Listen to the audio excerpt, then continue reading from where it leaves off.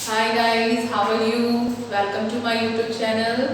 तो हम लोगों ने जो पी ब्लॉक की सीरीज चल रही थी ग्रुप 16 की, उसका ये 6th वीडियो है और इसमें हम लोगों ने पढ़ना है सल्फर के ऑक्सो एसिड, क्योंकि लास्ट में हम लोगों ने सल्फर डाइऑक्साइड पढ़ लिया था और मैंने उस वीडियो में बताया था आप लोगों को कि अब हम लोग का सिर्फ एक लास्ट पोर्शन रह गया है ऑक्सो एसिड ऑफ सल्फर। और इसके बाद ऑक्सो एसिड ऑफ सल्फर के बारे में थोड़ा सा बता दूं कि एसिड के टाइप्स आप लोगों ने पढ़े होंगे, ऑर्गेनिक एंड इनऑर्गेनिक, है ना। इनऑर्गेनिक मतलब मिनरल एसिड। मिनरल में भी 2 टाइप्स होते हैं, एक जो होता है वो ऑक्सो एसिड होता है और एक जो सिंपल होता है वो आपका इनऑर्गेनिक। जैसे कि मैं आपको यहाँ पे लिख के बता देती हूँ कि HCl ये आपका मिनरल एसिड है बट ये ऑक्सो एसिड नहीं है। लेकिन अगर मैं बोलूँ H2SO4 या H3PO4, अगर मैं इनकी बात करूं तो ये जो एसिड्स हैं वो ऑक्सो एसिड कहलाते हैं। क्यों कहलाते हैं? क्योंकि इन एसिड्स में हाइड्रोजन और जो नॉन मेटल है कोई भी, उसके अलावा ऑक्सीजन भी है।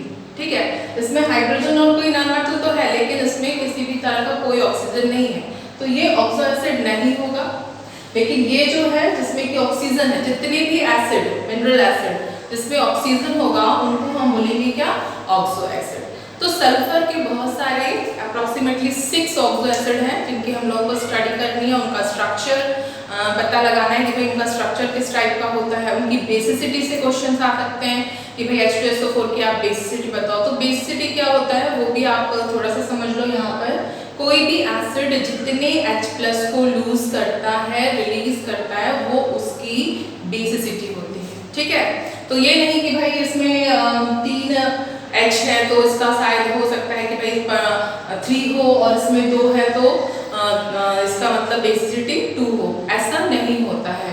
जितने H+ को लूज करे, जैसे कि सपोज आप इसकी H2SO4 की बात करें तो अगर मैं इसका स्ट्रक्चर बनाऊंगी तो सल्फर में बैलेंसर कितना होता है? 6 होता है। तो कुछ इस तरह से इसको हम अरेंज करेंगे। टोटल हाइड्रोजन 2 है, सल्फर 1, ऑक्सीजन कितना है? 4 है। तो एक ऑक्सीजन को मैं यहाँ पर ऐसे बॉन्ड कर रही हूँ। ऑक्सीजन के पास खुद भी कितने होते हैं? 6, क्योंकि ये भी ग्रुप 16 का मेंबर है ना। और यहाँ पर मैं एक H लगा देती हूँ और यहाँ पर भी एक H लगा देती हूँ।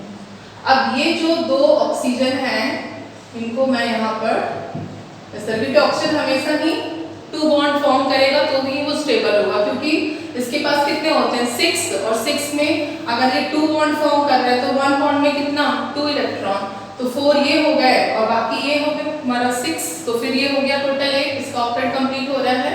देखो लुईस ने जो ऑक्टेट रूल बताया था वो कभी भी जो सेंट्रल एटम होते हैं उन पर कभी भी ये एप्लीकेबल नहीं होता है, वहां वो फेल होता है। कभी एक्सटेंडेड मतलब कभी ज्यादा हो जाता है 8 से, तो कभी इलेक्ट्रॉन जो सेंट्रल एटम होता है उसमें 8 से क्या हो जाते हैं? कम हो जाते हैं। ठीक है, तो इसको हम यहाँ पर इग्नोर करेंगे, लेकिन जो भी हमारे साइड के एलिमेंट्स हैं या एटम्स हैं उनके ऑक्टेट क्या होने चाहिए? कंप्लीट होने चाहिए। तो यहाँ पर देखो कि ये जो मैंने सल्फ्यूरिक एसिड का स्ट्रक्चर बना दिया है वो बिल्कुल भी करेक्ट है। क्यों है? क्योंकि सभी ऑक्सीजन का तुम लोग देख रहे होगे, सॉरी यहाँ मैंने कुछ ज्यादा ही बना दिया, सभी का ऑक्टेट क्या हो रहा है? कंप्लीट हो रहा है। 1 2 3 4 5 6 7 8। ये इधर से भी देख लो, इस तरह से इन लोगों का भी आप लोग देख सकते हैं, सभी के ऑक्टेट कंप्लीट हो रहे हैं। तो यहाँ पर अगर मैं बोलूँ कि सल्फ्यूरिक एसिड की बेसिसिटी जितने इसमें H है उतनी ही है, मतलब 2H है तो 2 ही है। तो ऐसा क्यों है? क्योंकि यहाँ पर हम देख रहे हैं कि हाइड्रोजन जो है वो हाईली इलेक्ट्रोनेगेटिव एलिमेंट ऑक्सीजन के साथ बॉन्डेड है, तो ये बॉन्ड जो है वो पोलर हो जाएगा क्योंकि ऑक्सीजन की इलेक्ट्रोनेगेटिविटी बहुत हाई है। तो ये क्या करेगा? शेयर्ड पेयर इलेक्ट्रॉन को, हाइड्रोजन के इलेक्ट्रॉन को अपने टुवर्ड्स अट्रैक्ट कर लेगा। तो इसके ऊपर आ जाएगा पार्शियल नेगेटिव और इसके ऊपर आ जाएगा पॉजिटिव। आ गया, और ये बॉन्ड हो जाएगा वीक, और वीक होगा तो यहाँ से H+ आसानी से बाहर निकल जाएगा।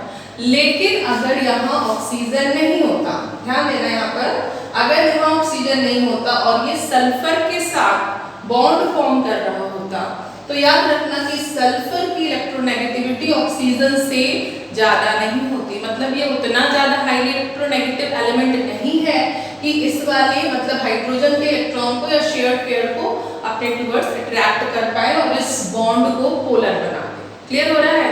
तो ये बॉन्ड पोलर नहीं होगा, इसका मतलब है कि यहाँ से H+ का निकलना मुश्किल है, यहाँ से H+ नहीं निकलेगा। तो अगर इस केस में हम देखें ये H2SO3 हो गया, तो यहाँ पर इसकी बेसिसिटी हम बोल सकते हैं कि भाई एक ही H निकल रहा है, तो बेसिसिटी कितनी हो जाएगी? 1 हो जाएगी। तो याद रखना कि जब H+ बनेगा मतलब कि बॉन्ड पोलर होगा तो ही H+ आयन निकलेंगे, और जितने H+ आयन किसी भी एसिड से निकलेंगे वो उतना ही ज्यादा क्या हो जाएगा, उसकी बेसिसिटी उतनी होगी। जैसे इसमें सल्फ्यूरिक में कितने निकल रहे थे? 2, तो उसकी बेसिसिटी कितनी हो रही थी? 2। अगर मैं H3PO3 की बात करूं, अगर इसमें से 3 OH है मतलब जितने OH आयंस होंगे किसी एसिड में इस तरह से उतना ही वो बेसिक होगा, ठीक है, क्योंकि वहीं से ही H+ क्या हो सकता है? निकल सकता है। तो एक चीज आप लोग दिमाग में और रख सकते हो कि किसी भी एसिड में जितने नंबर ऑफ OH बॉन्ड होंगे उतनी ही उसकी बेसिसिटी होगी। वैसे तो सल्फर वाले केस में आप लोग को उतना याद रखने की जरूरत नहीं, क्योंकि सल्फर के जितने भी एसिड होंगे 6 acid they all are dibasic. Clear? तो सबसे पहले मैं क्या करती हूँ कि सभी ऑक्सो एसिड का यहाँ पे स्ट्रक्चर बना देती हूँ और उसकी बेसिसिटी बता देती हूँ, तो आप लोग क्लियर हो जाएगा वन बाय वन, ठीक है। तो ये हम लोग का स्टडी करना है। तो इस तरह से ये हैं सल्फर के ऑक्सी एसिड्स। यहाँ पे देखो कि 2 सल्फ्यूरिक एसिड लिया, उसमें से एक वाटर मॉलिक्यूल आउट करेंगे तो हम लोग का पायरोसल्फ्यूरिक एसिड प्रिपेयर होगा लाइक दिस।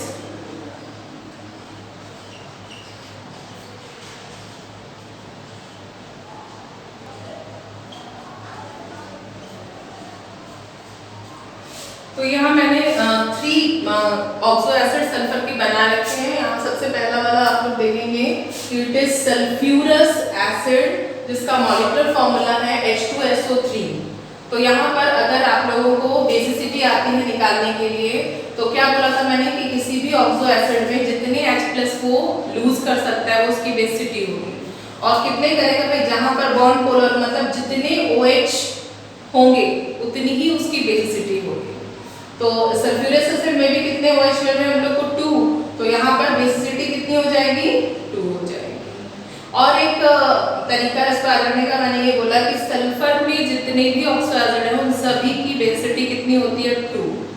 हाँ, फास्फोरस में आपका ट्राइबेसिक, डाइबेसिक, मोनोबेसिक इस तरह का चलेगा, लेकिन सल्फर के जो भी ऑक्सो एसिड है उन सभी में बेसिसिटी कितनी? 2, मतलब नंबर ऑफ OH बॉन्ड कितने होंगे? 2 होंगे। नाउ नेक्स्ट देखो सल्फ्यूरिक एसिड, जिसकी प्रिपरेशन मेथड भी बोर्ड में पूछ ली जाती है। कॉन्टैक्ट प्रोसेस को मैं आज कराऊंगी डिटेल में। तो यहाँ पर देखो मैंने इसका स्ट्रक्चर अभी इसके पहले भी एक्सप्लेन किया था। मॉलिक्यूलर फॉर्मूला H2SO4 होता है, ये सभी को पता होगा। नाउ ये है इसका स्ट्रक्चर, और इसमें आप लोग क्या कर सकते हैं? लुईस डॉट मतलब कि इसके वैलेंस इलेक्ट्रॉन्स होकर के सभी का ऑक्टेट देख सकते हैं कि कंप्लीट है कि नहीं। हाँ, साइड वाले एटम के ऑक्टेट कंप्लीट होना बहुत जरूरी है, नहीं तो आपका स्ट्रक्चर रॉन्ग हो जाएगा। अगर हाँ सेंटर का आप छोड़ सकते हो, साइड वाले का अगर आपका सभी का ऑक्टेट कंप्लीट हो रहा है, हाइड्रोजन को आप छोड़ दो एक्सेप्ट हाइड्रोजन, क्योंकि उसका तो डुप्लेट ही कंप्लीट होता है। ओनली 1 सेल है, फर्स्ट सेल में मैक्सिमम इलेक्ट्रॉन कैपेसिटी कितनी? 2।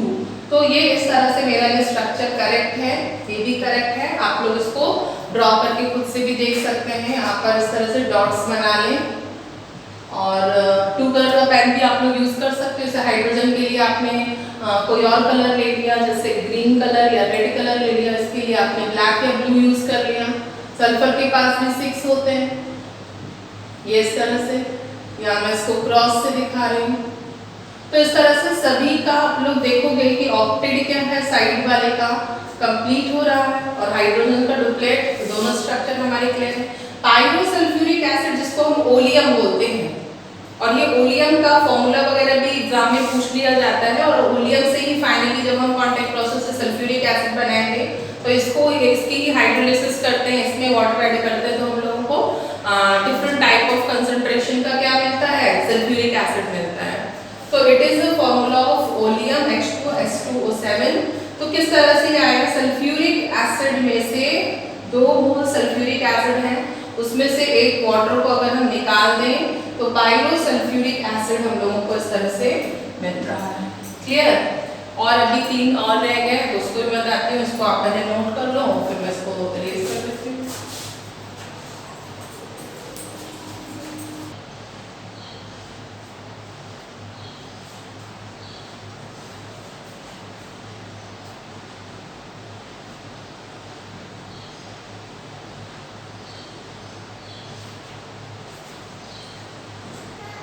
तो ये है मार्सल एसिड, मतलब एक एसिड और मैंने बता दें यहाँ पर, परऑक्सी मोनोसल्फ्यूरिक एसिड, कैलोज एसिड या H2SO5 मार्सल एसिड। ठीक है, तो अभी टोटल हमारे हो गए हैं 7 एसिड्स। तो 1 बाय 1 मैं सबको बता दूं यहाँ पर। परऑक्सो डाइसल्फ्यूरिक एसिड, हाँ समटाइम क्या होता है कि इसमें आप लोगों को सल्फर की ऑक्सीडेशन स्टेट बताने को हो जाता है कि भाई इसमें आप सल्फर की ऑक्सीडेशन स्टेट बताइए। तो वो जो X की वैल्यू से हम लोग निकालते हैं कि ऑक्सीडेशन नंबर ऐड करके जिसका भी निकालना होता है उसको X ले लेते हैं इक्वल टू 0। तो उससे हर वक्त करेक्ट ऑक्सीडेशन नंबर नहीं आ सकता। तो हम लोग को क्या करना होता है कि उसका करेक्ट स्ट्रक्चर बनाना होता है और स्ट्रक्चर के बेस पे हम सल्फर की करेक्ट ऑक्सीडेशन स्टेट बता सकते हैं। ओके, जैसे आप लोग X की वैल्यू से निकालोगे तो सल्फर की ऑक्सीडेशन स्टेट इसमें डेफिनेटली रो में आएगी, फ्रैक्शन में आएगी। लेकिन अगर आप लोग स्ट्रक्चर से निकालोगे, जैसे मैं इसमें आपको बता देती हूँ, यहाँ देखो सल्फर और ऑक्सीजन में ऑक्सीजन की इलेक्ट्रोनेगेटिविटी हाई है, तो यहाँ पे जो बॉन्ड बन रहे हैं तो इन सभी में इसके ऊपर कितने हैं, कितने इलेक्ट्रॉन शिफ्ट होंगे, 2 -2, तो इसके ऊपर क्या आ जाएगा +2। फिर यहाँ पर ये भी कितने बॉन्ड बना रहे हैं, 2 बॉन्ड, तो ये कितने इलेक्ट्रॉन यहाँ खींचेगा -2, तो फिर सल्फर पे कितना आएगा +2। अब ये वाला जो ऑक्सीजन है इस सल्फर से कितने इलेक्ट्रॉन को अपनी ओर अट्रैक्ट कर रहा है, 1, तो यहाँ पर इसकी वजह से इसमें आएगा 1, तो इसके ऊपर आ जाएगा +1। आएगा कि नहीं आएगा? अब यहाँ देखो कि ये ऑक्सीजन भी सल्फर से एक इलेक्ट्रॉन खींचेगा तो इसके ऊपर क्या आ जाएगा -1, तो सल्फर पे क्या आ जाएगा +1। तो अभी इसको सभी को आप लोग ऐड करके देखो 2 और 2 4 5 और 6, मतलब सल्फर की ऑक्सीडेशन स्टेट यहाँ पर क्या होगी 6। लेकिन अगर आप लोग X की वैल्यू से निकालोगे तो ये कभी भी सही नहीं आएगा। क्लियर हो रहा है? जैसे आप यहाँ पर ही देखो -2 होता है ऑक्साइड फॉर्म में, तो 8 2 जा कितना हो जाएगा 16 हो जाएगा। हाइड्रोजन कितना देता है 1 इलेक्ट्रॉन, तो 2 है तो ये +2 देगा। अब ये +2 देगा तो आप यहाँ पर कितने टोटल 16, तो 16 में से तो 2 माइनस हुआ तो कितना हो गया 14, मतलब यहाँ पर इसका आ रहा है +7 जो कि क्या होगा रॉन्ग, क्योंकि सल्फर के पास तो वैलेंस इलेक्ट्रॉन कितने होते हैं 6, मतलब 6 से ज्यादा तो वो एक्सीड कर ही नहीं सकता अपने ऑक्सीडेशन नंबर को, क्योंकि उसके पास सिर्फ और सिर्फ देने के लिए 6 इलेक्ट्रॉन, उससे ज्यादा है ही नहीं। तो आप इस तरह से X की वैल्यू से ऑक्सीडेशन नंबर यहाँ पर कैलकुलेट नहीं कर पाओगे। तो उसके लिए सबसे अच्छा तरीका है कि आप स्ट्रक्चर ड्रॉ कर लो और स्ट्रक्चर में आप इस तरह से जो भी हाई इलेक्ट्रोनेगेटिव होता है, जैसे 2 बॉन्ड बनाएगा, 2 इलेक्ट्रॉन इसने अपनी ओर खींच ली, इसने यहाँ पर 2 खींच लिया, इसने कितना 1, तो जितने यहाँ पर नेगेटिव होंगे उतना उसके ऊपर क्या आता जाएगा सल्फर के ऊपर पॉजिटिव। अब यहाँ देखो कि कभी भी सेम एटम अगर बॉन्ड फॉर्म कर रहे हैं तो वो बॉन्ड 100% क्या होता है कोवेलेंट, मतलब कोई भी शेयर्ड पेयर्ड वाले इलेक्ट्रॉन को अपने टुवर्ड्स अट्रैक्ट नहीं कर पाएगा, पुल नहीं कर पाएगा, खींच नहीं पाएगा। मतलब यहाँ पर एक तो इसने खींचा -1 इस पर आएगा और ये दोनों का क्या आ जाएगा 0 0, क्योंकि बॉन्ड फॉर्मेशन में ये दोनों में से कोई एक दूसरे के शेयर्ड पेयर को नहीं खींच पाएंगे। इसका मतलब है कि इस वाले केस में ऑक्सीजन, 2 ऐसे ऑक्सीजन हैं जो कि परऑक्साइड फॉर्म में, मैंने इसके पहले वाले लेक्चर में आप लोगों को बताया था कि ऑक्सीजन जो है वो डिफरेंट ऑक्सीडेशन स्टेट दिखाता है। ऑक्साइड में -2 दिखाता है, फिर परऑक्साइड में -1 दिखाता है, सुपर ऑक्साइड में मैंने बताया था -1 दिखाता है। अगर फ्लोरीन के साथ वो ऑक्सीफ्लोराइड के फॉर्म में है तो वो +2 पॉजिटिव भी दिखाता है ना।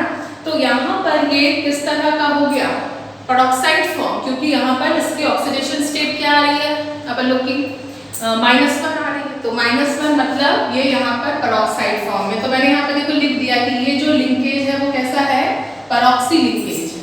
तो इस पेरोक्सो डाइसल्फ्यूरिक एसिड में जिसका कि मॉलिक्यूलर फॉर्मूला H2S2O8 है। हाँ यहाँ पर ही देख लें, यहाँ पे इसको कंपटीशन में पूछता है मार्शल एसिड का फॉर्मूला, तो मार्शल एसिड भी हम पेरोक्सो डाइसल्फ्यूरिक एसिड को ही बोलते हैं, जिसमें एक पेरोक्सी लिंकेज होता है, मतलब दो ऑक्सीजन ऐसे होते हैं जिस पर कि -1 ऑक्सीडेशन स्टेट है, लेकिन सल्फर की ऑक्सीडेशन स्टेट +6 होगी।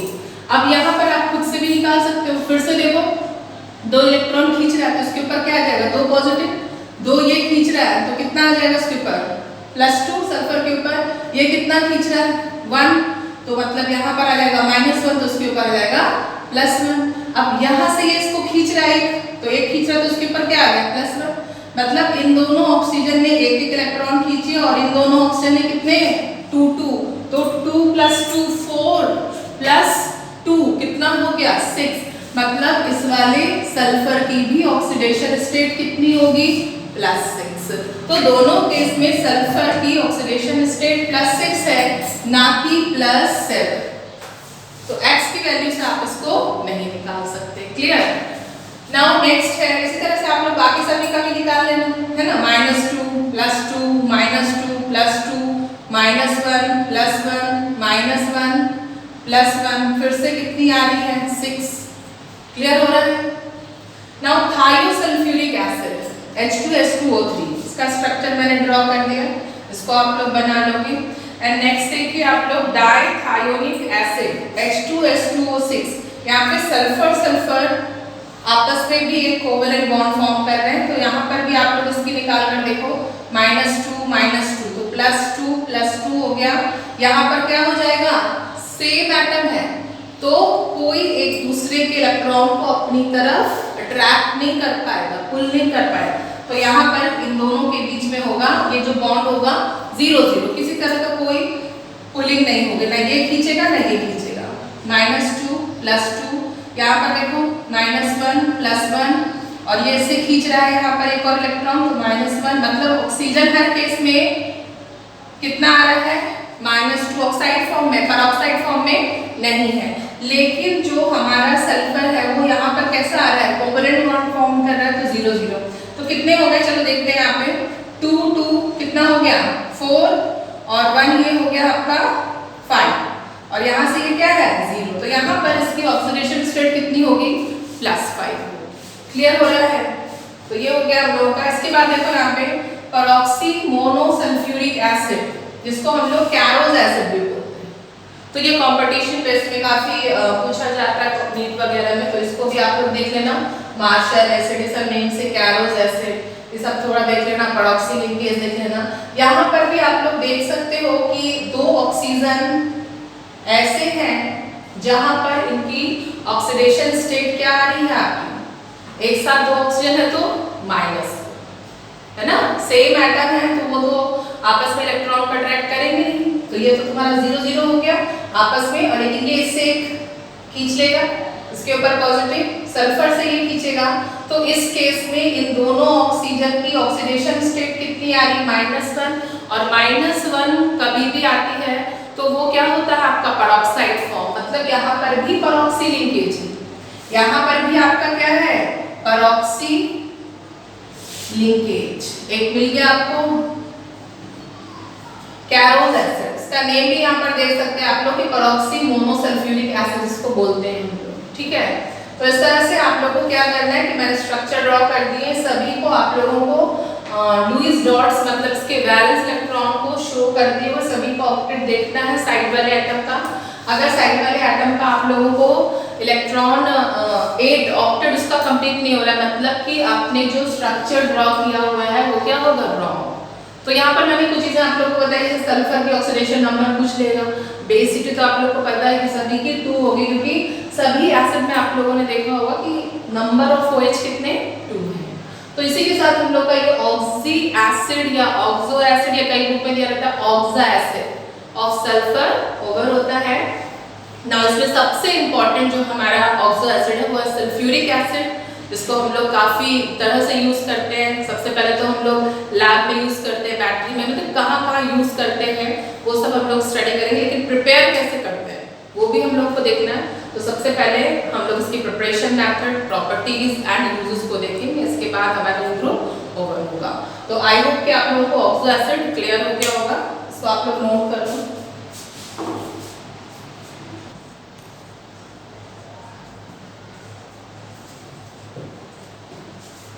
तो यहाँ देखिए सल्फ्यूरिक एसिड काफी इंपॉर्टेंट एसिड है। It is very important chemical which widely used in both, laboratory में भी बहुत वाइडली यूज करते हैं इसको, एंड इंडस्ट्री में तो बहुत ज्यादा ही यूज करते हैं। Now it is called king of chemical, इसकी वजह से इसको किंग ऑफ केमिकल भी बोलते हैं। तो ये थोड़ा सा आप लोग याद रखेंगे कि किंग ऑफ केमिकल क्या होता है। It is sulphuric acid. Now, because it is extensively used in manufacturing of fertilizer, अब इसको हम बहुत एक्सटेंसिवली, बहुत ज़्यादा स्तर पे क्या करते हैं मैन्युफैक्चरिंग के लिए, किस किस के लिए, तो फर्टिलाइजर, पिगमेंट, एक्सप्लोजिव भी अगर हम लोग को प्रिपेयर करना है, पिगमेंट करना है, फर्टिलाइजर करना है, डिटर्जेंट भी तो इसकी जरूरत जरूर होगी। नाउ प्लास्टिक जो कि हम लोग की डेली लाइफ का एक पार्ट बन गया है, तो ये सारी चीज़ें जो कि हमारे डेली लाइफ में काफ़ी इम्पॉर्टेंट है, ये सारी चीज़ें हम इससे बना सकते हैं। इसमें मतलब इसका यूज़ होता है इसको बनाने में, तो इट्स वेरी इंपॉर्टेंट। तो इसका मैन्युफैक्चरिंग हम लोग पढ़ेंगे कि किस तरह से इंडस्ट्रियल स्केल में हम लोग इसको मैन्युफैक्चर करते हैं। तो है क्या है H2SO4। तो सबसे पहले 3 स्टेप में कंप्लीट होता है। सबसे पहले हम लोग क्या करेंगे, तो सल्फर को लेंगे और उसको एयर के साथ बर्न कर देंगे, तो क्या फॉर्म होगा SO2।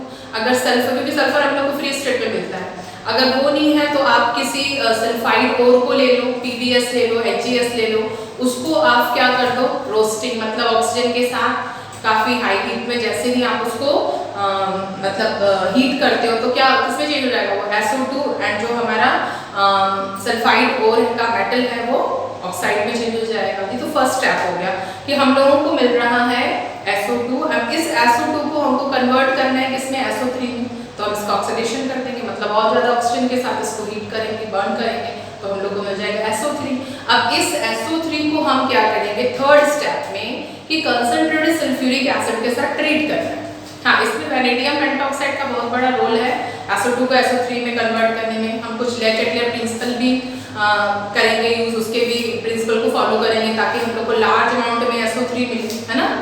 तो मैंने क्या बता रही थी कि थर्ड स्टेप में हम लोगों ने SO3 को क्या करना है, कंसंट्रेटेड सल्फ्यूरिक एसिड के साथ ट्रीट करना है, तो उससे हम लोगों को क्या मिल जाएगा, ओलियम, जिसका मैंने आपको अभी मॉलिक्यूलर स्ट्रक्चर पूरा बना के बताया, ठीक है। तो उस ओलियम को हम क्या करेंगे कि जब वाटर के साथ हाइड्रोलाइज करेंगे तो डिफरेंट कंसंट्रेशन के हम लोग को क्या मिल जाएंगे, सल्फ्यूरिक एसिड। क्लियर।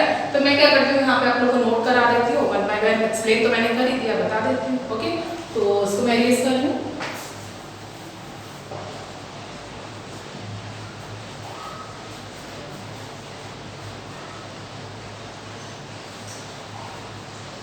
तो ये फाइनली हम लोगों को मिल गया सल्फ्यूरिक एसिड।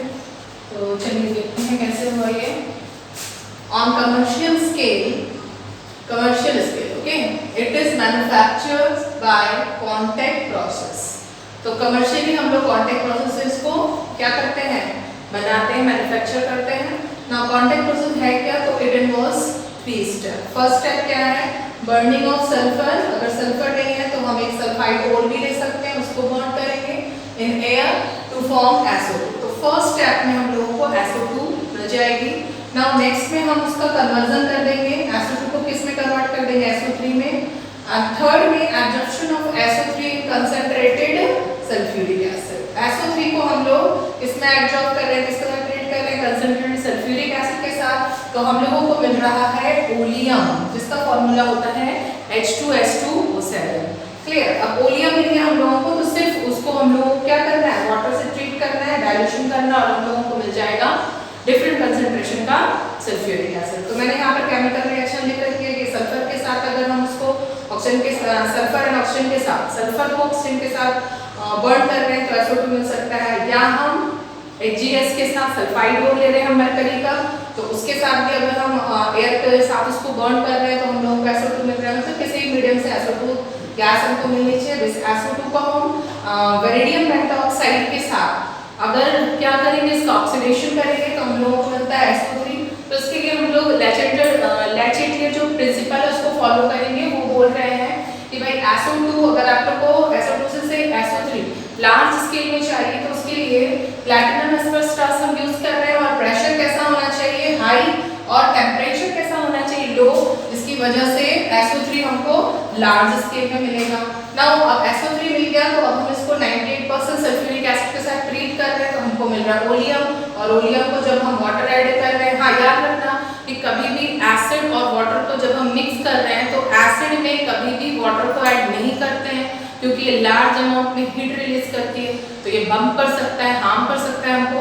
तो कभी भी अगर इन दोनों को मिक्स करना है तो लार्ज अमाउंट में वाटर लेना है और उसमें ड्रॉप वाइज सल्फ्यूरिक एसिड को हम ऐड करेंगे। क्लियर?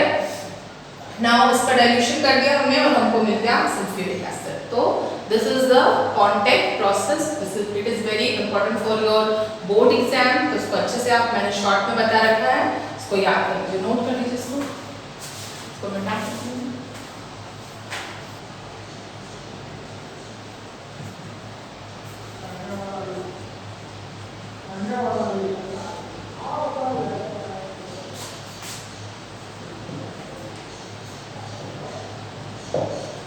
तो यहाँ देखिए कि ये इसकी फिजिकल प्रॉपर्टीज मैंने लिख दी है सल्फ्यूरिक एसिड की। It is colourless, dense, oily liquid with a specific gravity 1.84, temperature at 298 kelvin.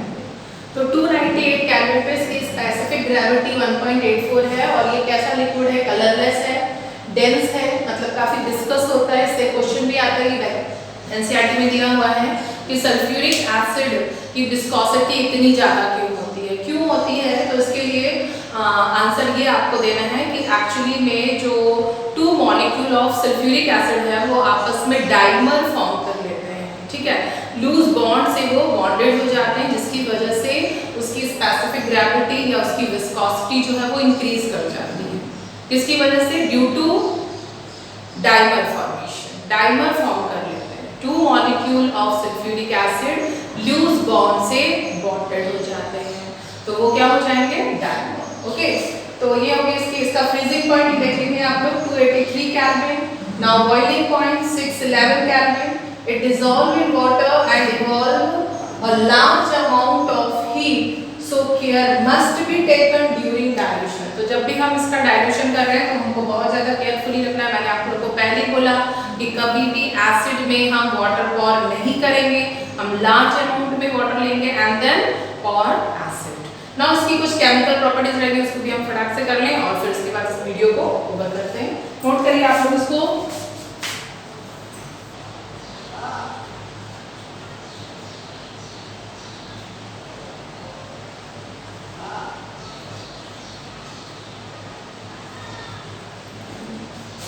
तो ये है इसकी केमिकल प्रॉपर्टीज सल्फ्यूरिक एसिड की, जल्दी से आप लोग देख लें। Sulphuric acid show many chemical properties due to, क्यों दिखाता है तो इट्स लो वोलेटिलिटी। इसकी वोलेटिलिटी क्या है, लो है, वोलेटाइल नहीं है उतना ज़्यादा ये। क्यों? क्योंकि इसकी विस्कोसिटी बहुत ज़्यादा है। क्लियर? स्ट्रॉन्ग एसिडिक कैरेक्टर, इसका एसिडिक कैरेक्टर क्या है, बहुत ज़्यादा है, क्योंकि ये इजीली H+ को लूज कर देता है और कंप्लीट डिसोसिएट होता है। Now strong affinity towards water, water से इसकी स्ट्रॉन्ग एफिनिटी, क्योंकि वाटर में ये इजीली डिसॉल्व हो जाता है ना। तो ये इसकी 3 प्रॉपर्टीज की वजह से ये बहुत सारी केमिकल प्रॉपर्टीज को शो करेगा। Now reaction with metal, metal के साथ ये किस तरह से डिफरेंट वे में रिएक्ट करेगा। जैसे कि अगर हम बात करें कि मेटल अबव H2, हाइड्रोजन के ऊपर जो मेटल्स हैं उनके साथ सल्फ्यूरिक एसिड कैसा होना चाहिए जो कि रिएक्ट करें, तो डाइल्यूट सल्फ्यूरिक एसिड भी अगर हाइड्रोजन के ऊपर जो मेटल है उनसे हम रिएक्ट कराते हैं उनको, जो कि हाईली क्या होंगे, हाईली रिएक्टिव होंगे। तो इस तरह के मेटल्स को, जिनको हाईली इलेक्ट्रोपॉजिटिव मेटल्स बोलते हैं, उनके साथ रिएक्ट कराएंगे तो ये तुरंत ही रिएक्ट करके सल्फेट और हाइड्रोजन गैस देते हैं।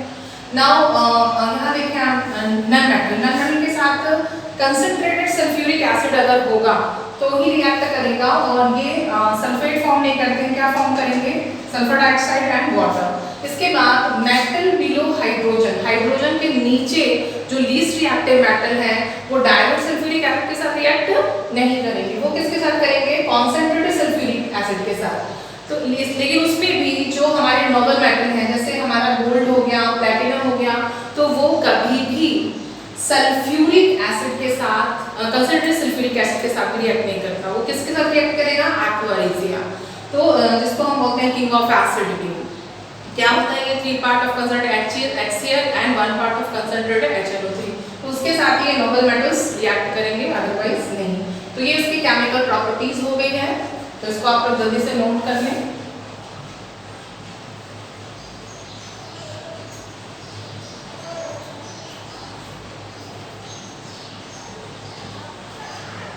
तो यहाँ देखिए आप लोग केमिकल प्रॉपर्टीज में एक बहुत ही इंपॉर्टेंट प्रॉपर्टी है इसकी डिहाइड्रेशन की, जिससे कि क्वेश्चंस भी आते हैं कई बार इस तरह का, ऑक्सैलिक एसिड और केन शुगर का आया भी है, इससे रिएक्शन दे दिया, कंप्लीट दिस रिएक्शन, तो बहुत ही इजी रिएक्शन होती है। तो दिमाग में आप लोग को सिर्फ एक चीज रखना है कि जो सल्फ्यूरिक एसिड होता है वो बहुत अच्छा डिहाइड्रेटिंग एजेंट होता है।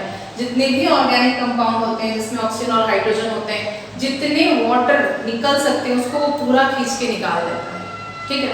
और सिर्फ ऑर्गेनिक कंपाउंड में क्या रह जाता है, कार्बन, हाइड्रोजन को पूरा खींच के और ऑक्सीजन को जितने वाटर मॉलिक्यूल निकल सकते हैं उतना निकल सकता है। तो concentrated sulphuric acid behave as best dehydrating agent, ये बिल्कुल दिमाग में आप लोग को रख लेना है, ये बहुत ही उसका यूजफुल वर्क है। यूजेस में भी हम इसको ये लिख सकते हैं, वैसे इसके अलावा भी बहुत सारे यूजेस हैं, वो भी आप लोगों को पढ़ने हैं।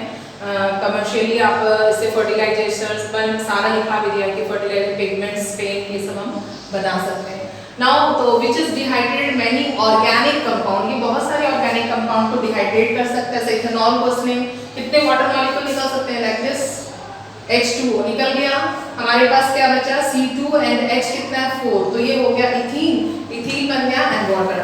नाउ इसके बाद फॉर्मिक एसिड है, इसमें से कितने वाटर मॉलिक्यूल निकल सकते हैं, ये 2H और ये, मतलब हमको मिलेगा कार्बन मोनोऑक्साइड एंड वाटर। जितने वाटर निकल सकते हैं उसको बाहर निकाल दो, जो रिमेनिंग बचा वो आप लिख दो। वैसे ये वाला बहुत इंपॉर्टेंट है, ये दोनों आ चुका है बोर्ड में। तो यहाँ पर क्या क्या निकल सकता है, तो आपका ये CO2, H2O पहले ही आप निकाल दो, ये निकल गया, बचा क्या CO2 and CO, carbon monoxide and CO2, ये निकल गया H2O।